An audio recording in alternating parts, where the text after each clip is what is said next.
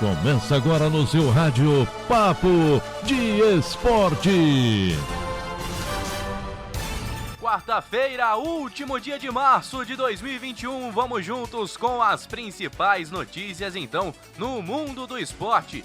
Começamos pelo Campeonato Carioca, num clássico morno e de um segundo tempo dividido em duas partes. Fluminense e Vasco empataram em 1-1 em Volta Redonda. O Vasco abriu o placar com o Germancano no final da primeira etapa e o Fluminense empatou com o Fred logo no primeiro minuto do segundo tempo.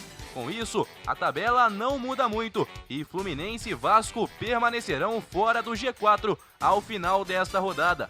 Temporariamente, o Fluminense ocupa a quarta colocação, mas obrigatoriamente vai ser ultrapassado por Madureira ou Botafogo, que se enfrentam nesta quarta-feira, às 17 horas.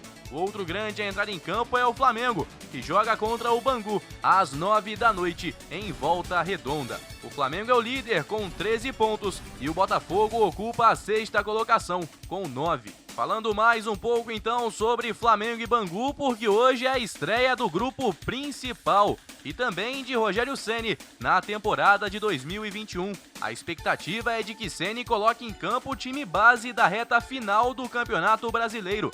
Diego Alves, recuperado, está à disposição, assim como William Arão, que vem treinando como zagueiro neste início de temporada.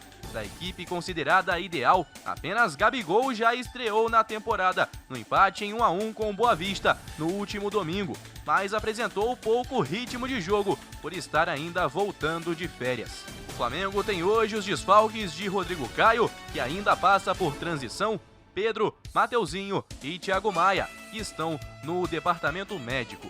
Do outro lado, o Bangu é penúltimo colocado e venceu apenas uma vez. Precisa desesperadamente de dias melhores para evitar o que seria uma dramática queda para a segunda divisão. Mas há de se destacar que o Macaé já está a 4 pontos do Alvirrubro. Olha, o comum acordo ou mútuo acordo nos termos usados pela CBF ao redigir o regulamento do Campeonato Brasileiro de 2021 é prática antiga no Brasil. A novidade é torná-lo algo regulado. Em geral, já funcionava assim, após contratar sem qualquer critério um treinador, que por sua vez substituirá um colega demitido apenas pela repercussão ruim de resultados do final de semana. Um clube resolve mandar embora seu técnico de turno. Para amenizar o impacto na opinião pública ou mesmo para evitar posar de triturador de treinadores, o dirigente percebe que anunciar um rompimento consensual pode soar mais civilizado. No final das contas, o discurso era sempre o mesmo. O treinador está saindo amigo do clube pela porta da frente, em comum acordo. No final, o Brasileirão tinha quase 30 trocas de comando. A partir de agora, o mútuo acordo consta em regulamento, o que torna a medida de 2 técnicos por campeonato um pouco defasada. Com esse adendo na regra, há poucos motivos para acreditar que o novo regulamento produzirá forte impacto, que a música vá parar de tocar para a dança das cadeiras dos treinadores. A roda promete continuar girando para a conveniência de todos. E é uma pena, né? Parecia tão legal, parecia tão produtiva essa nova regra de poucas trocas de treinadores. Aparentemente não vai funcionar tão bem assim. Em dia marcado pelo aniversário do golpe militar de 1964, Corinthians e Vasco usaram suas redes sociais na manhã desta quarta-feira para exaltar a democracia. O Timão publicou uma fotografia de um ato de seu time na época da democracia corintiana, em período que aconteceu entre 82 e 83.